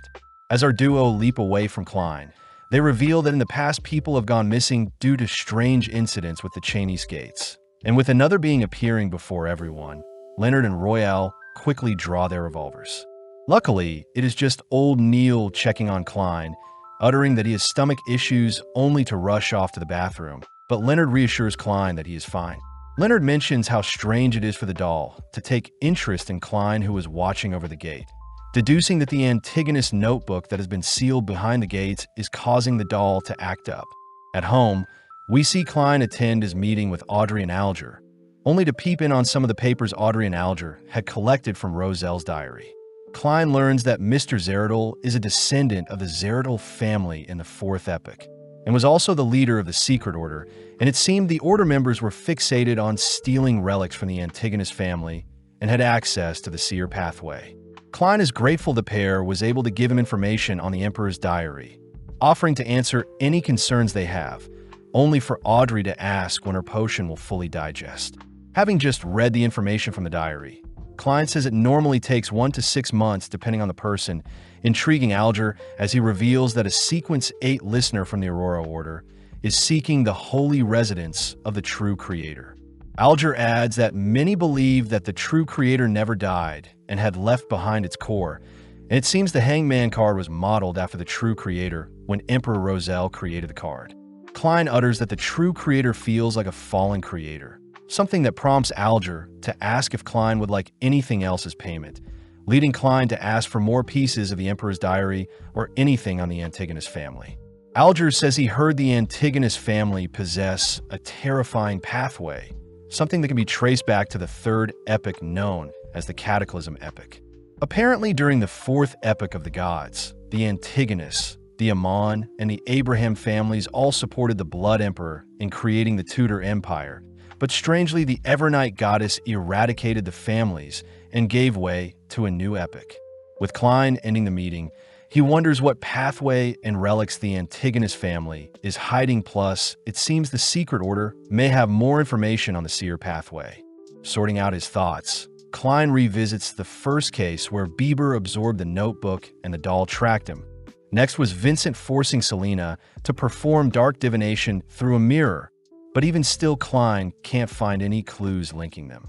Klein wonders if there was any interference during such cases, using his gray fog to peep into Elliot's kidnapping, only to realize that he had missed a clue regarding the notebook. Seeing as his mind is still foggy, Klein tries recounting the locations of his previous cases, cursing at his weak spirituality as it seems his potion digestion has stalled lately. Focusing in on his clues for the clown potion, Klein stumbles onto the glowing brain of Bieber's remains along with a bloody orb appearing from the corpse of the clown they slayed, only to suddenly see an image of Welch and Vincent interacting with the Antigonus notebook. Klein wonders if he should use the notebook to lure out the Secret Order in order to get the recipe to the clown potion, but Klein takes note of the glowing brain and bloody orb along with the strange older man who has appeared before him. The next day, we see Christina hounding Angelica for where Klein is, only for Klein to coincidentally arrive. Klein sees Christina holding a paper talking about Lenevis, a man suspected in the Iron Core investment case in the Hornacis Mountain. Words that catch Klein's attention. Klein says he'll need items that belong to Lenevis if they want to track him down, and luckily Christina has brought Megos, Lenevis' pregnant fiancée. Klein is disappointed to learn that Lenevis got Megos pregnant and disappeared with all of the family's funds. And to make things worse, Klein can't use his seer abilities unless Megos gives birth to Lenevis' child. Annoyed, Megos storms off with Christina running off with her, giving Klein a chance to ask if Angelica recognizes the man in his dreams. Someone Angelica says she saw speaking with Vincent once. Angelica asks if Klein has any leads on how Vincent passed away, crying out that the mystery is like one of Madame Furz's detective stories where the culprit is often hidden in plain sight. Angelica also mentions how Vincent and the man were chatting about some sort of ruin, reminding Klein of Deweyville library records he saw earlier. Heading straight to the library, we see Klein ask for the borrowing record of the Hornacis Archaeology Journal, swiftly flicking through the records only to see that Lavinus had checked out the book. Strangely, Sirius Arapes is a name that appears quite often, and when Klein heads over to check out the book, he coincidentally stumbles on his Sirius himself. Before Klein can play it cool, Sirius bolts from their location, completely barging through a window to escape, prompting Klein to give chase. Using bloodstains to track down Sirius, Klein is caught off guard when a transformed Sirius is seen rushing towards him. But luckily Sirius falls short when leaping towards Klein. Klein chooses to put Sirius down with a bullet to the head, only to see that Sirius is a Sequence 9 secret supplement pathway user. With Sirius quickly losing spiritual energy, Klein enters Sirius's mind and quickly asks Sirius to disclose the recipe for Clown Potion, only to notice a pendant on Sirius's arm that reminds Klein of the Hang Giant, a revelation that brings Klein before the true creator. Luckily, Dunn knocks Klein back to his senses, reminding Klein to never communicate with the spirit body of a Beyonder gone berserk.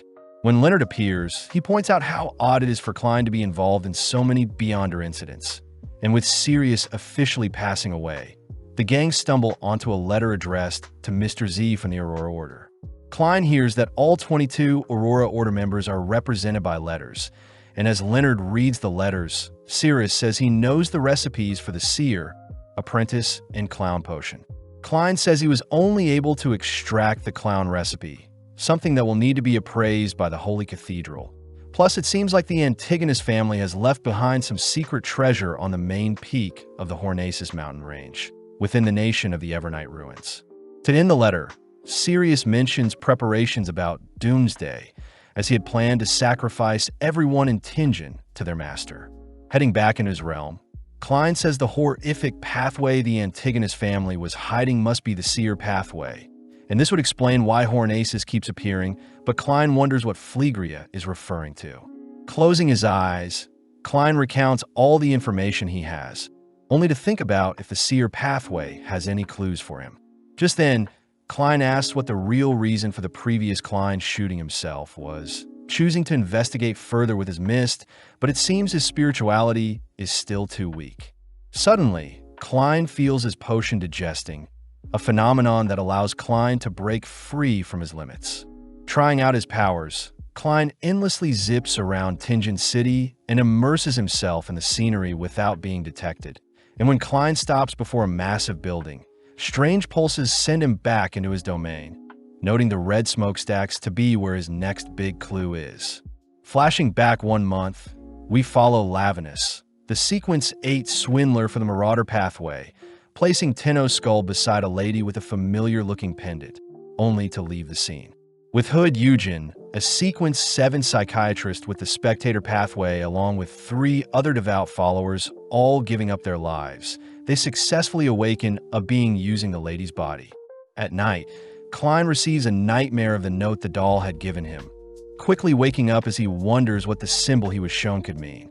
Nearby Koei University, we see Klein fishing under a bridge, upset that he hasn't found any leads on the red smoke stacks, even with his divination and gray fog. Klein wonders who could be interfering with his snooping, wondering what else he can do to grow stronger apart from ascending with the clown potion. But suddenly Klein remembers the flaring sun charm. Before Klein can think of a way to use the blood from the eternal sun, Isaac appears asking what's on Klein's mind. Klein reveals that he has been trying to track down the people behind everything that has been going on, but Isaac advises Klein to ease off every so often, finally giving Klein the courage to request something from Isaac. Back in his domain, we see Klein receive another piece of Roselle's diary regarding a mysterious island, only for Audrey to report that she has been in contact with several secret Beyonders in hopes of gathering more diary pages for Klein. Alger offers to help Audrey find any information regarding the secret organization she may be after, but Alger says he'll need to be paid, demanding Audrey fork over £1,000 in non-consecutive old bank notes. Klein is surprised seeing as £1,000 can be used to buy a mansion, but without hesitating, Audrey agrees to pay up as she'll send over the money to Alger's desired address. Getting started, Alger reveals that over 100 secret organizations exist, with the notable ancient ones from the 4th epoch being the Secret Order, the Demonist Sect, and the Moses Ascetic Order. Interestingly, Moses Ascetic is the oldest of the order with a Sequence 9 pathway of Mystery Prior, a pathway Klein recognizes old Neil to have, and they worship the hidden sage god. In the present day, the Moses Prior is considered an evil organization, and this is all due to the hidden sage god personifying itself to be an evil god. As for orders created early in their epoch, the Rose School of Thought and the Numinous Episcopate that worship death are orders that reside in the southern continent. Finally, the Aurora Order, Element Dawn, the Psychology Alchemist, and others all came to fruition in the past 2 to 3 decades. And with that information, Klein ends their meeting. The next day, we see Klein brushing his teeth, all whilst wondering if the Numinous Episcopate could be linked to Isaac, plus Isaac still needs to help Klein with the thing he asked of him. Outside, Klein hears a paper boy selling newspapers regarding the Evernight Goddess, and as Klein rushes to purchase a paper, he accidentally bumps into Benson and Melissa, who has just returned from their morning shopping.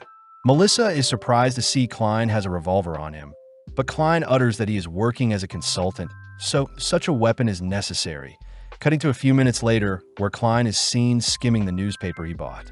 Klein sees that there have been no casualties lately, and only worshippers of the Evernight Goddess have been targeted, something Klein believes to be Isaac's doing. Arriving at the bar below their headquarters, Klein notices Neil stopping Harv from leaving him, and upon seeing Klein appear, Neil asks right the bartender for 3 beers.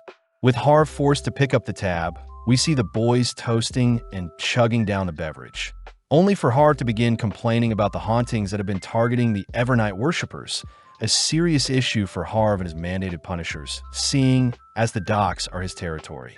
Harv wonders if he should get done to help deal with the issue, pointing out how the spirit bodies haunting people appeared to be ancient beings from the 4th epoch, a phenomenon that confirms to Klein that it is Isaac's doing. Quickly changing the topic, Klein forces them in to cheer as they drink a little longer. And with Neil tossing Harv's flask refilled with some booze, the boys watch as Harv departs. Right on cue, Leonard appears, asking for Neil to report to Dunn. Dunn admits that the hauntings at the dock is quite suspicious, and seeing as Leonard and Kinley are familiar with the docks, Dunn asks for Neil to accompany them and figure out the matter. Klein interjects, volunteering himself to deal with the matter, and with Neil promised a bonus when he completes the mission, Dunn reveals that they can't bring the sun emblem since the area may be too crowded and the emblem may harm them indirectly. Luckily, Klein says it's better to be safe in case any wraiths appear, something that sways Dunn. With Leonard in charge of the sun emblem, we see the gang arrive at the dock, but Leonard accuses Klein of tagging along in order to find out more about Leonard's past. Sadly, Klein could care less as the gang greet Gate, the sergeant overseeing the docks. Gate reports that strange things have been happening recently, escorting the gang towards a building in particular, but our four-man team is ridiculed by a crowd that has formed. Taking charge, Leonard announces that they'll be exorcising the location, choosing to show off some gimmicks to help win over the crowd. Entering into the run-down-looking building, the gang instantly detect beings crawling all over the place, and as several spirits rush towards the group, we see it pass through Kinley without issue. Strangely, before Neil can order for reinforcements, he sees Gate has become a mindless fool, and with several other people behaving moronically, we cut to Klein interacting with one of the spirits. Klein sees that the sun emblem is about to activate, signaling to the spirits to disperse as they swiftly exit the bodies of the possessed, successfully clearing the scene without casualties. Up next, Leonard assigns Klein the role of putting on a show to convince the crowd of their successful exorcism, choosing to work alongside Neil as they both begin chanting a random spell. With a dramatic finish, the gang leave the scene, but outside, we notice a rogue carriage running over a familiar-looking lady. Luckily, Harv appears just in time to protect Megos from being harmed, and strangely, she seems to be excited about giving birth to her child. Neil asks why a busy man like Harv is here, but Harv says he's been assigned to follow Megos around in hopes of finding more intel on Lenivis, her missing fiancé, and sadly, there doesn't seem to be Beyonders involved in Lenivis' disappearance. Seeing Harv so close with Neil, Klein learns that Harv and Neil used to drink together, and sadly Neil's wife, Celeste, used to play piano for them. Neil utters that Celeste passed many years back, and only Neil and Harv are what remains of their group of friends, something Klein feels sorry for. But Neil reassures Klein that death is a natural thing. As the sun begins to set, we see the gang wrapping up their exorcisms across the port, all whilst Harv continues to tail Megos. Leonard does wonder why the hauntings haven't led to any people being harmed, instructing Klein to do some digging with his divination, but sadly Klein is thrown into a foggy domain. Klein says since Isaac is far more powerful than him, he won't be able to peer into Isaac's antics. But luckily, he is able to make out an inverted pyramid that can be found in the southern continent in Balam or the Highland Kingdom, a mausoleum built by the descendants of Death. Kinley wonders how Death, the creator of the Pale Disaster and primordial demons, can be involved. But Klein is more curious if Isaac was revived on the battlefield of the Pale Disaster. Klein says Isaac being a descendant of Death could be dangerous, seeing as the person who stole the skull of Isaac's son is leveraging such power, and seeing as they've hit a wall. Leonard says they'll take turns watching over the docks with the emblem every hour. Luckily, Klein is given the emblem first, quickly setting up a ritual. Setting 2 golden charms alongside the sun emblem, Klein gets to work drawing out the power of the sun emblem, only to beg for the sun charm to transfer him some of its power. With powerful gusts of wind blowing across the room, we see Klein's 2 replica charms resonating with the sun emblem, but outside we see Kinley and Leonard take note of the sudden change of weather. Leonard is immediately skeptical of what Klein may be doing, but out of nowhere a small boat is seen torpedoing over the sea only to suddenly explode as a strange creature is seen swimming below them. In mere moments, the man aboard the boat is devoured, and the creature is seen darting towards Klein's location. Not before long, Klein's ritual is interrupted as the creature appears before him, having smashed a hole in the boat to reach Klein. Klein's revolver shots are strangely useless against the being, and with a horrifying roar, Klein sees that the creature before him is a Beyonder lost control. With the creature locking onto Klein, Klein has no choice but to dart around the room to escape, but suddenly Leonard appears, knocking the creature back. Leonard recognizes the creature to be at least a Beyonder of level 8 before losing control, and seeing as they have to slay the creature before it escapes back into the Tussock River, Klein rushes to pass off the emblem to Kinley all whilst Neil and the guards help evacuate everyone. Neil does ask for the guards to look for Harv to help assist them, but out of nowhere, a massive explosion rings out from the boat, only for several pieces of debris to fall onto a civilian. Neil is seen rushing in front of the debris to protect the civilian, all whilst Leonard is forced back by the sheer strength of the monster, choosing to stay on the defensive until he comes up with a plan. When the creature leaps into the air, it slams into the boat to intimidate Leonard, but Leonard finds an opening to retrieve his staff and whack the creature. Pissed, the monster blows Leonard back, forcing Leonard to retaliate with attacks of his own, buying enough time for Klein to bind the monster with the chain dispenser he found on board. Before Leonard can finish off the creature, it suddenly breaks free from its binds, causing the boat to shake further with power exuding from the creature. Having unknowingly been caught in some loose rope, Klein is suddenly ensnared and strung up into the air by random rope lying around, and strangely the creature seems to lock on Neil temporarily, only to continue pursuing Leonard. Trying to draw out the fight, Leonard begins to ascend the boat, but the monster simply continues after him, even enhancing its muscle to dart after Leonard. With Leonard caught in a sticky situation, he helplessly watches as the creature rushes towards him. But funnily enough, Klein swings around and intercepts the creature with a kick. Following up, Neil manages to cast some slumber charms to weaken and restrain the creature, and from the body of the monster, Neil sees a familiar-looking flask. With no time to spare, Leonard gets to work dragging the creature into his domain only to officially paralyze and put to sleep, and with Neil crying out that the monster is Harv, Klein sadly declares that Harv is too long gone. When Leonard offers to put down Harv, Neil says he'll do it himself, solemnly retrieving Leonard's revolver only to place his old friend down. Completely defeated and lifeless, we see Neil return home later that day only to wash away his sorrows with some piano playing, completely entranced by the depressing life he has lived. Klein tries lighting a candle to brighten the dark room, feeling sorrow for the old man, as his home life is a complete contrast to his bright personality at work. Klein notices a picture frame of Neil and his friends, wondering why Harv suddenly lost control only to be strangely drawn to a bracelet on one of the ladies in the picture.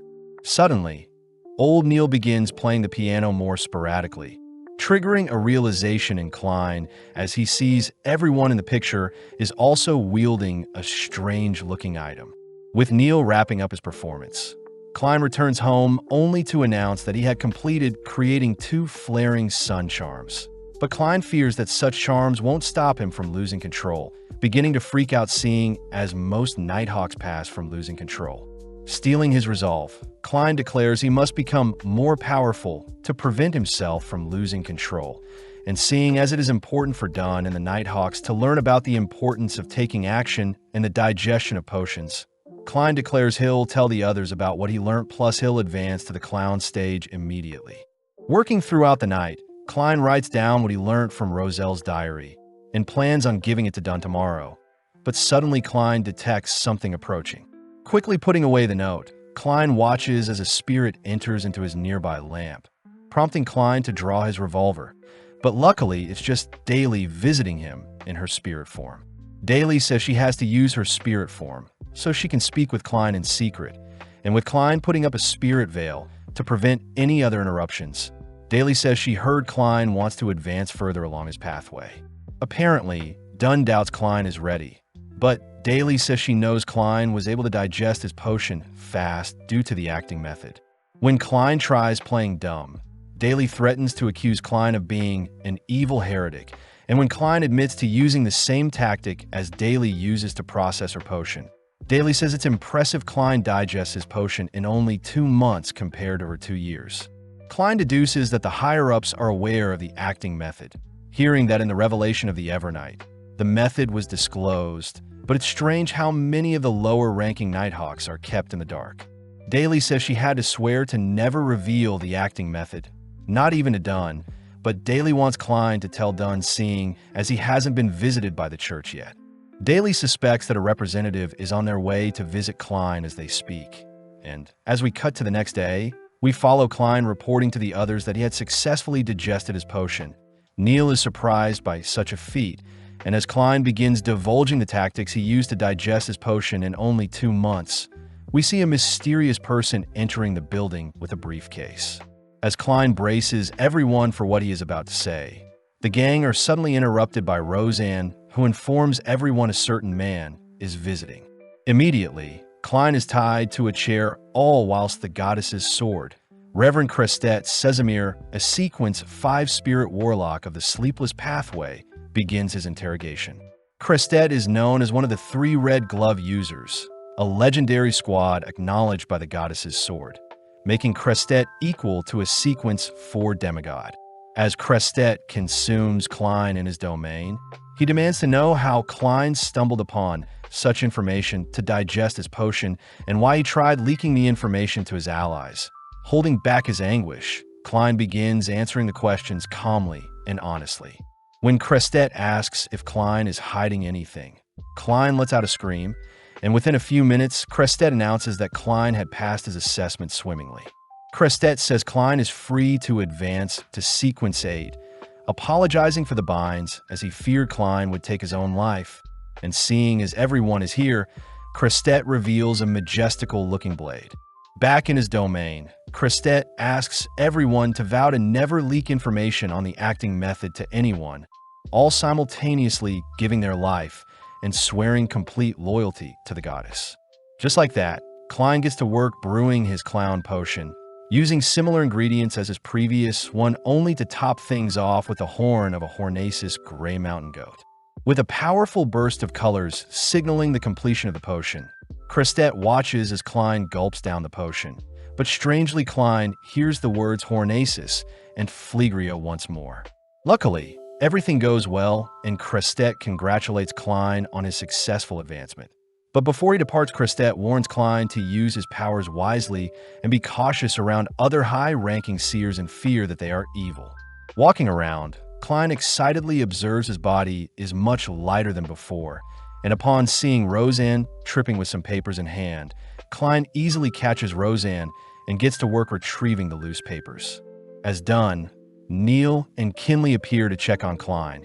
Klein suddenly is able to foresee that Neil will adjust his tie with his left hand, a vision that comes true. Klein wonders if there are any other skills he has acquired, choosing to mimic the clown's air bullets. But it seems such a power requires a Sequence 7 advancement.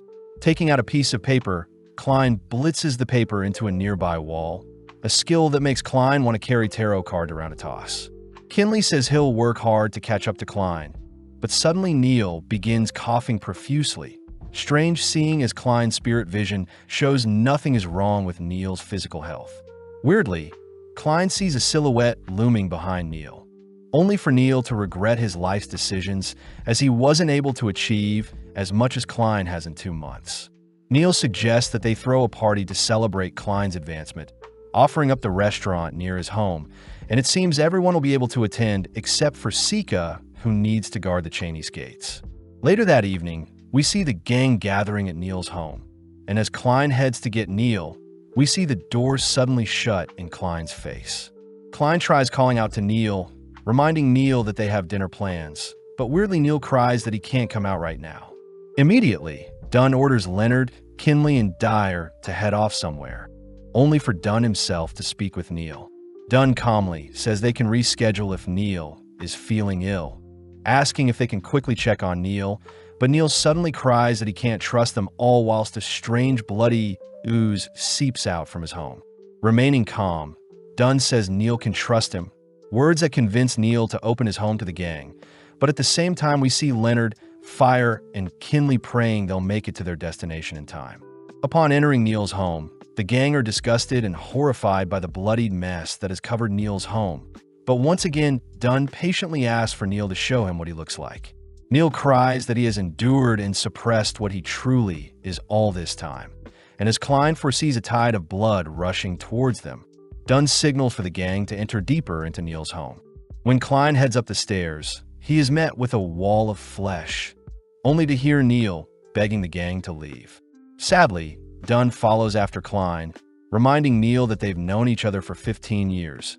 And when Dunn swears he's not here to arrest Neil, Neil finally lets down his wall of flesh. Neil chooses to show off his face to prove that he is fine, promising that things will go back to normal tomorrow. But Dunn asks what Neil has done to himself. Neil reveals that he has been trying to resurrect Celeste, uttering that 20 years ago, he was unable to help Celeste with knowledge from the mystery prior Maxim nor Daly's intel. Neil says he is so close, prompting Dunn to ask what Neil plans to do. But Neil begins manically uttering that he'll create an immortal body for Celeste's soul to enter into from the spirit world.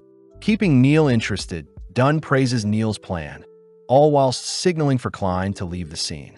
When Dunn approaches Neil, Neil begins crying that the hidden sage had filled his head with incredible information, suddenly swelling with flesh and oozing only for Dunn to activate his nightmare. With a massive burst blowing Dunn back, we see Neil's amalgamated body cursing at Dunn for trying to trap him in a dream. As Neil begins swelling with power, we see Leonard and the others returning with an artifact briefcase, all whilst Neil finishes trapping the gang in a fleshy domain. Strangely, Neil can be heard pleading to be set free, and before Neil can do any harm, we see Leonard opening up the briefcase that shines through the fleshy dome Neil has created. Dunn gets to work using the peaceful hair strands artifact to suppress and quell Neil's emotions. And not before long, Neil has come back to his senses, disgusted by his own reflection. Neil begs to be let free as he doesn't want to hurt anyone and simply wants to perform his ritual, a revelation that makes everyone tear up, as Neil has been nothing but helpful to everyone present. Neil continues to beg for his life, but Dunn stands strong, raising his revolver only to fire a single shot that breaks the tense atmosphere. With Razane rushing to check on everyone, she watches as the remnants of Neil dissipates, something that causes everyone to break down as the memories of their time with Neil flashes through their minds. To make things worse, various papers detailing the materials needed to create an alchemical life for Celeste's body come floating down from the sticky ooze left behind by Neil. And when Klein reads that a large amount of blood is needed as sacrifice, he realizes that Neil had been drawing his own blood as he had promised to do, as he wished, as long as it caused no harm to others. With everyone leaving the scene, Klein glances back one final time to take in the scenery, and within a few days a memorial is held at Raphael's cemetery to honor old Neil's passing. As the Nighthawks gather to mourn Neil's passing, we see Klein placing what is left behind of Neil's belongings, only to imagine the moment Neil had reunited with Celeste, having read that Neil swore to join his wife in the afterlife if he couldn't save her.